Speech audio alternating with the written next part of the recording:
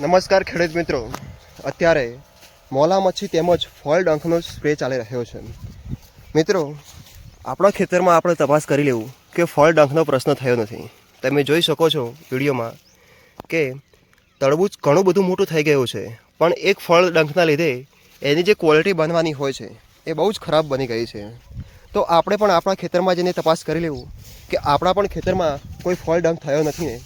તો આવા જે તરબૂચ હોય છે એ માર્કેટમાં તો બિલકુલ ચાલતા નથી, અને બીજા જે તરબૂચ હોય છે એમનો પણ વિકાસ થવા દેતો નથી.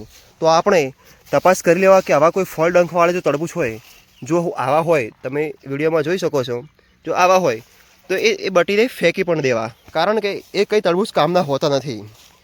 અને આવી રીતે કોઈ તમારે ખેતીવાડી અંગેની માહિતી તમારે જોઈતી હોય તો અમારું ઇન્સ્ટા પેજ ઓમ ખેડૂત મિત્ર તમે જઈને ફોલો કરી દેજો. તમને અમને વારંવાર માહિતી અપડેટ કરતા રહીશું. ધન્યવાદ.